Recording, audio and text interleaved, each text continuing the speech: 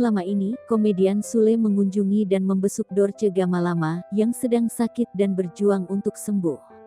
Sule pun mengabadikan pertemuannya dengan Dorce Gamalama yang kemudian ia unggah ke media sosial dan channel YouTube-nya. Iya benar, kemarin saya sempat ketemu Bunda Dorce. Alhamdulillah masih dikasih kesempatan nengokin yang para senior ini, kata Sule ketika ditemui di kediamannya, di kawasan Bekasi, Jawa Barat, Jumat, tanggal 21 Januari tahun 2022. Sule pun mengungkapkan kondisi Dorce Gamalama dalam keadaan baik-baik saja, hanya kakinya yang sedang sakit.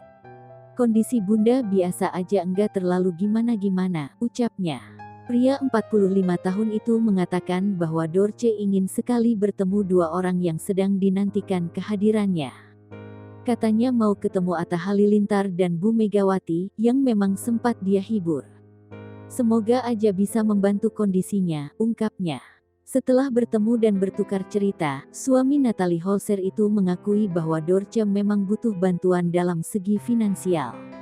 Hal tersebut diakui ayahanda Rizky Febian itu, karena Dorce masih menjalani pengobatan dan membutuhkan biaya yang besar.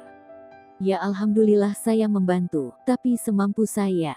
Tapi, kalau cuman dari saya mungkin seminggu 2 minggu habis. Ya mungkin teman-teman yang lain juga bantu, cuman tidak terlihat, jelasnya.